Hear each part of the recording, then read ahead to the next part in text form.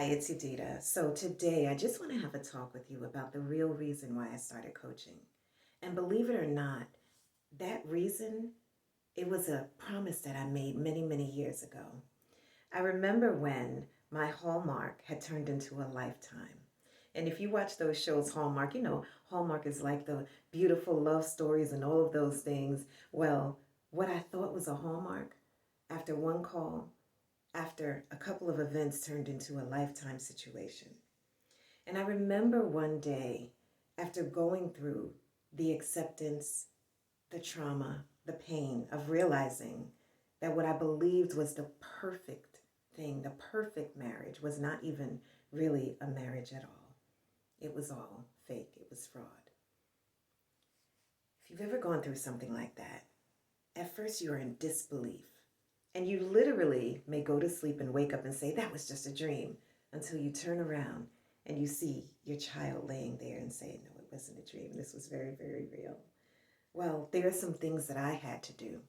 And yes, part of it was acceptance. The other part was I had to deal with the anger that I felt in that moment. The other part was I had to think about how I felt about God and wondering, God, how could this happen to me? But after a while, I started to say, how could it not have happened to me? And then I remember one day, after being awake for a number of nights and looking at the same ceiling over and over again, when I really should have been asleep, and I was weeping before the Lord. And I said, Lord, I don't want another woman to have to go through this alone. And that was the promise I made. But it wasn't until 2020. And although I had been doing speaking engagements and I wrote the book Don't Give Up, in 2018, it wasn't until then, in another chapter of my life, we have many chapters, where I literally felt like the Lord was telling me, start to coach now. And I questioned it. And I can tell you this as a woman of faith, it was more like a conversation where I heard, start coaching, do a coaching group. And I started to ask, but Lord, what would I coach on? And the words were very specific to me. It was isolation, and then I heard limiting beliefs and shame and guilt.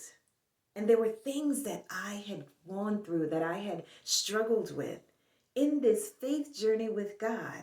It wasn't that because I was a Christian or a woman of faith that I was exempt from the suffering. I think we need to get rid of that type of thinking. It wasn't that. It was that I had to know that God never said that I wouldn't go through anything, but his promise was that I will be with you. And so I started the group and I called women. I did it old school. I went on the phone. I didn't even go on social media really, because I was like, wow, I'm really going to do this because I wanted to be obedient. And yet there was something in my heart that I felt like I knew what these women needed. The wisdom that I had gained from the pain that I had sustained was going to be a blessing in someone else's life. Yes. So I called, and 100% of the women said yes. And in 2 days, I had about, I feel like it was close to 14 women who were ready for this group to start. And so I said, well, I want to do two groups because the moms need to put their babies to bed at night. And then I knew that there were some women who wanted to do it at 7, so I had a 7 o'clock and a 9 o'clock group. And you ever have the Lord wow you after you've done something that it wasn't that you didn't feel that you could do it. It was just like you wondered, like, me? You want me to do this? And that's exactly what it was. And when we talk about transformation, in my book, Don't Give Up, I have the butterflies. I thought it was in here with me. Here I have the butterfly because I realized something happened after that caterpillar was down there on the ground trying to keep itself from being stepped on, finally reaches a place where it gets into this self-contained chrysalis, right? It's just spun itself inside of there. Thank goodness nobody can get in here. But what happens when we have wrapped ourselves into a place and we're glad that no one can get in? But after being in there for a while, by yourself, you start to say, but neither can I get out. How do I get out of this? That's what it's all about. And so you don't stay there. You realize in that moment that when nobody else is there, and that's how it was for me, not because people didn't want to be there, because I felt shame and I was shocked a little bit And I was deeply saddened. And I believe that God allowed me to go through that situation, not that he made it happen, but to show me two things that I'm going to share with you another time that are very important. It's very important. And so we don't stay in the midst of the cocoon. Glory be to God. There's a time when that's necessary. Because when you're in there, you're dealing with the situation. You're releasing some things, just like that caterpillar. You're being broken down in some areas so that you can be built back up. And after a while, there's a transformation that happens. There's a change. The days when you felt like you would never smile again become a lie. And you learn to smile again. I did. And you can too if it's you. So I go through that. And then after a while, it's just like those fragile wings. You have to almost feel like you're starting again, but really what you're doing is you're bouncing back. But you're just not bouncing back. You're bouncing back stronger. You're coming back stronger than you were before you went into that situation as you allow that to happen. But there are some things you have to do. You have to face it. And then you're going to have to faith it with God, because there's no way that you can handle some of the traumatic events that you sustained, and the realization of what you thought was a reality sometimes was just a facade. Maybe there was gaslighting. Maybe there was narcissistic abuse. Maybe they just got tired and they were just like, I don't want to do this anymore. I'm just not into you anymore. When that happens, you have to be able to love you again, because sometimes you're pouring so much into an individual that you literally stop loving you. When they leave, it's like a part of you goes with them. And I'm saying to you, you have to get that part back. Sometimes they say you got to call yourself back. Your strength, your ingenuity, your innovation, the independence, the fact that you felt pretty good about yourself before that happened. Get that back. Get that back. Start to love you again. So that's why I started. I made a promise years ago. I did not want people to go through that alone. And because of that obedience, because of the obedience in writing a book that I didn't really know if anyone was going to purchase it, I wrote it because I knew it was time to share parts of my story and my journey. Then it was create a course. And I want you to listen to me, because some of you, I need you to go create something. You sat in the ashes of suffering for years because it's hard to feel the pain of acceptance. But until you actually face that thing and say, yes, this hurts, but I can no longer stay here, you end up going through what I might even refer to as prolonged grief. If you know that I did pastoral care, served chaplaincy in the hospital, I dealt with a lot of death, dying, brokenness on MICA, on psych, on detox, and all of these things with people who God made, valuable people who somewhere along the way experienced hurt. It happens, but you cannot stay there. And so I wanted to help. And that's what I want you to think about. What can you do to help someone else who's experienced grief, loss? Maybe it's something else totally different, and you have the answer, but yet it's deep on the inside of you. You've got a treasure that's residing inside of you that needs to be opened up for the world to see. Your time of healing, I want to say to some of you, is here.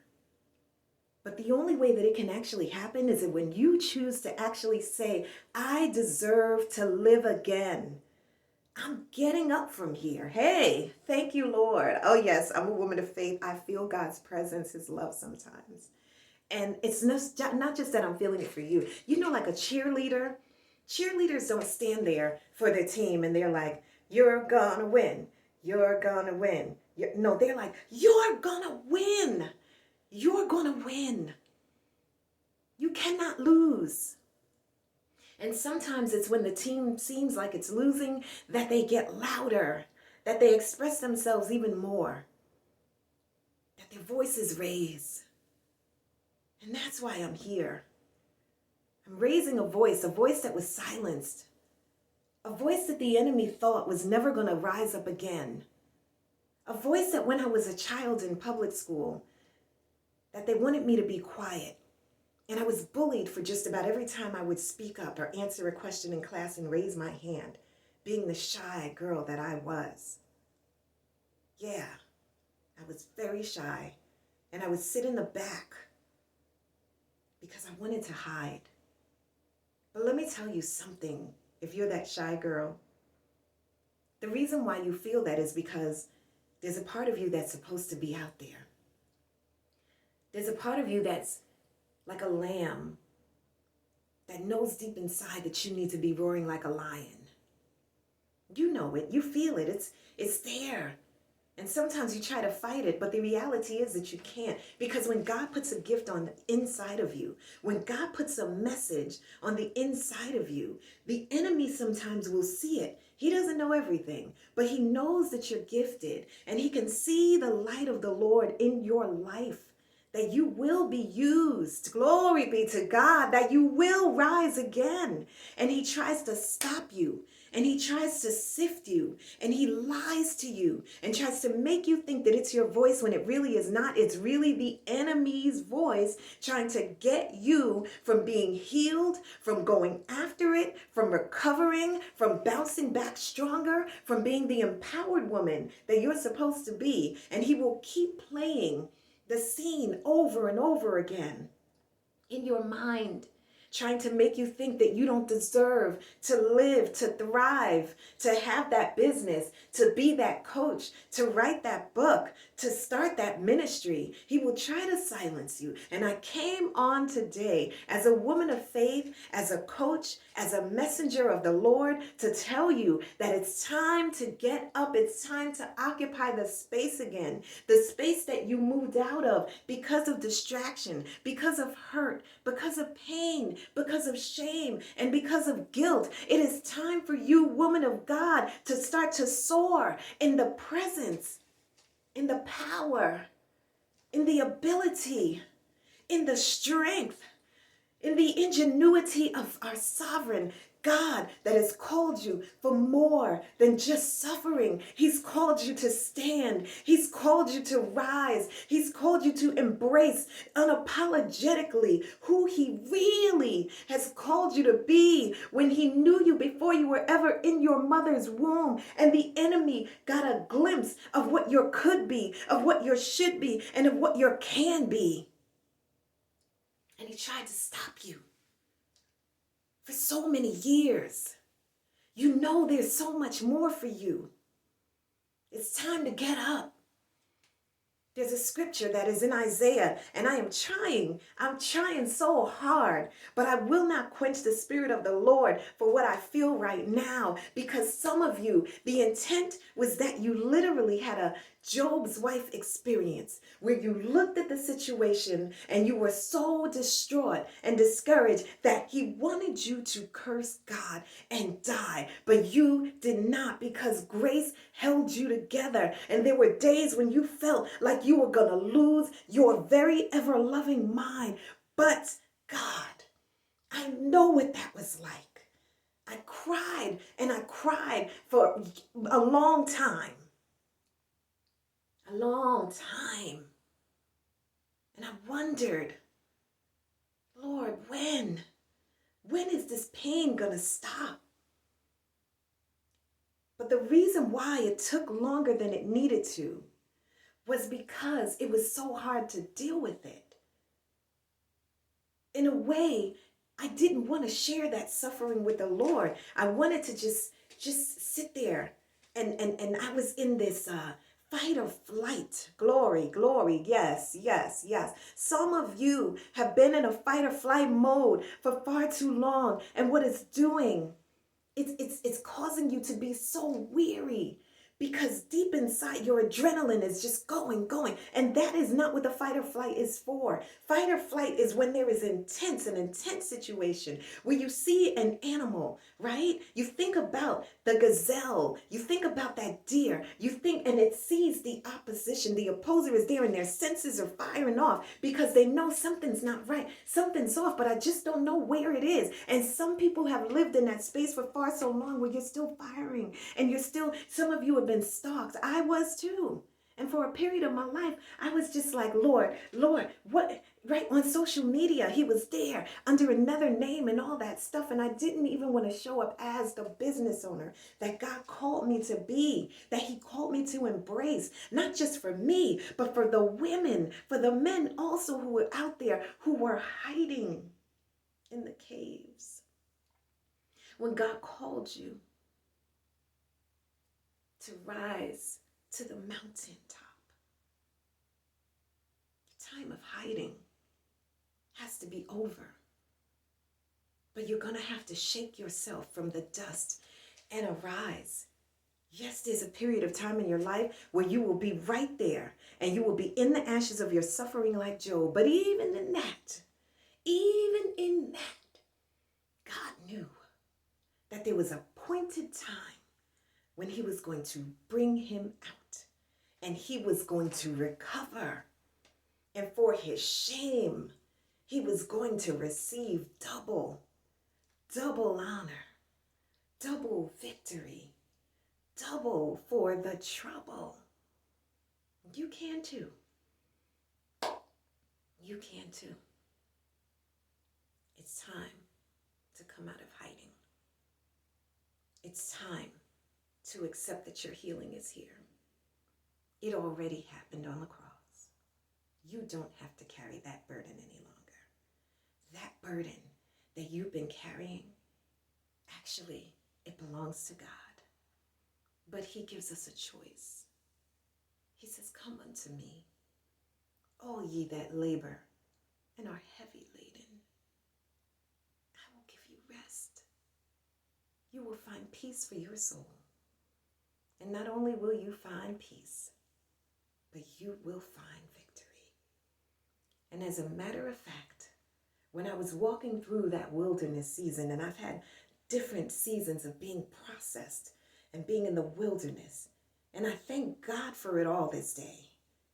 2023 was one of the toughest years of my life, and I still would show up and encourage because the Lord never said, just because you're going through that you should quit. It says when you're in the wilderness, when you pass through the waters, I will be with thee.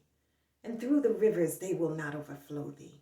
And when you walk through the fire, you will not be burned, and neither shall the flames kindle upon you. It's a smoke screen. What is a smoke screen? I asked one of my acquaintances, she was I think a sergeant. I said, what's that? What's that mean, a smoke screen? And she said, that's when the enemy goes and they actually take something literally that puts up a screen of smoke and they throw it over there so that the person that they're in that war with becomes distracted. And they're like, oh my gosh, there's a smoke screen over there. But the enemy is pursuing over here because they're not paying attention to what's happening over here. So I want you to start to pay attention that this was all a test. It was that and more. It was really to try to get you to stop, to try to kill your dreams, and try to make you think that the Almighty Sovereign God, the God of Abraham, Isaac, and Jacob, with whom there is no shadow of turning, who is consistent and magnificent in all of his ways, is the same God that delivered Shadrach, Meshach, and Abednego, is the same God who delivered the children of Israel out of the wilderness into the promised land, is the same God who healed the woman with the issue when she decided that she was going to do something different. He's the same God who made a way for the widow when the creditors were coming to take our children. And instead of sitting in isolation and shame and defeat and saying there's nothing that she thought she could do, she got up and she tried again. And she went and she spoke to someone who could help, a person of faith, a person of God, who gave her the steps, just like a coach who gave her the strategies. And she did it. Because y'all know some of y'all get coaching, you don't do what I tell you to. No, I'm kidding. My clients usually do. I can think of one. She's going to get it together, though. I believe it. She's going to get it together. I'm telling you, I love what I get to do. You got to listen and take the instruction, because it'll help you to get further along. The Bible says in the multitude of counsel, there is safety. And so some of you, you don't feel safe because you haven't allowed the multitude of counsel. And some of you haven't found it yet. You're like, where's my community? And the one thing that those women said in that group, they said, we didn't even know that anything like this existed. We had no idea that anything like this existed. And me, I was like, huh? I didn't take it as serious. I was just serving from my heart, doing what I was told to do. And I remember one night, because I believe in celebrating your now on the way to your next. And yes, that is a quote, right? I love quotes. But that one, when I thought of that, when I said, celebrate your now on the way to your next. And it was like, yes, because too many people are waiting to get there before they start to be grateful, before they start to show gratitude, before they start to say, okay, you know what? It's not the way that I want it to be, but let me go ahead and I know I might not be able to get to the hairdresser, but I could do a little something. There's a reason why sometimes I come on and you'll see the hair curly and all this stuff. And then there are sometimes when I come on and I will wear this. I just was asked, somebody referred me to speak at a women's conference, and it's you were meant for more. You're made for more conference. And I'll put the link up for you also. You can go ahead, even if, yes, the talk happened. That was yesterday, but you'll still be able to see it. So you can still sign up for that. And I've got a freebie in there, and I'm laughing because I put up a free. I want people to create. I had this thing when I was a little girl. When I would get upset, I would write poetry, I'd write songs, and then it just turned into writing books, and now it's writing courses as I'm an adult. And you don't take the negative things in your life and just let those things try to overtake you. You do what I did. Go and create something from the suffering. Create something real good too. I'm saying real good. And so the woman one night, I went to celebrate them, and they said, no, we want to celebrate you. I usually meet with them on Thursdays. I love Thursday nights for coaching, and I am going to start a new group that I will tell you about very, very soon. I'll do even a masterclass because I know how to help. God's given me the ability. And what is it like when God gives you something and you don't share it? That can be really selfish, and you don't know how it can change someone's life. I saw it do that. And so that night, I'll never forget it. And I went to celebrate them, and I watched this video with them because I wanted to. It was, I feel like it wasn't Guy Kawasaki. It was Robert Kawasaki. I think that's how he says his name. He had a really great video. And, because they are business people, entrepreneurs, CEOs, and listen, sometimes people think because you're a CEO, you're a parent, you're a minister, you're a leader, that you don't go through. And that is ridiculous. That's not even biblical, right? So I want you to understand it happens. So we did it, and the women started to talk to me, and they started to say things, and I had to be strong now because, I'm the coach. And we're on that Zoom screen, and I'm like, oh, Lord, please help me not to start tearing up in front of these ladies. Oh, my gosh. Touched my heart so much, what God did through someone who said yes. I want you to think about that. What God does through someone who says yes. Give him your yes. It's time to get up. So what do I need to say to you as I get ready to close? First of all, remember this shirt, empowered. There's a lightning bolt right here. And right here is a power button. Here's the thing about the power. If I go, for instance, lights are off. You can see a little bit, but you don't see a whole lot, right? It's not as bright as it can be. It becomes brighter when you turn on the switch, but when you plug yourself into the power source. I am a faith-based coach. Yes, I am a Christian. I am a believer of the Lord Jesus Christ. And so that is the people who I usually coach. That's just the way that it is. I don't bring in any funny, new agey type of stuff. I'm not going to do that because I think that's a slap in the face to a God who created the universe to say that I'm going to worship the creature or the universe more than the creator. I'm not doing that. So if that's what you love, I'm not the right person for you. So we can just move that out of the way.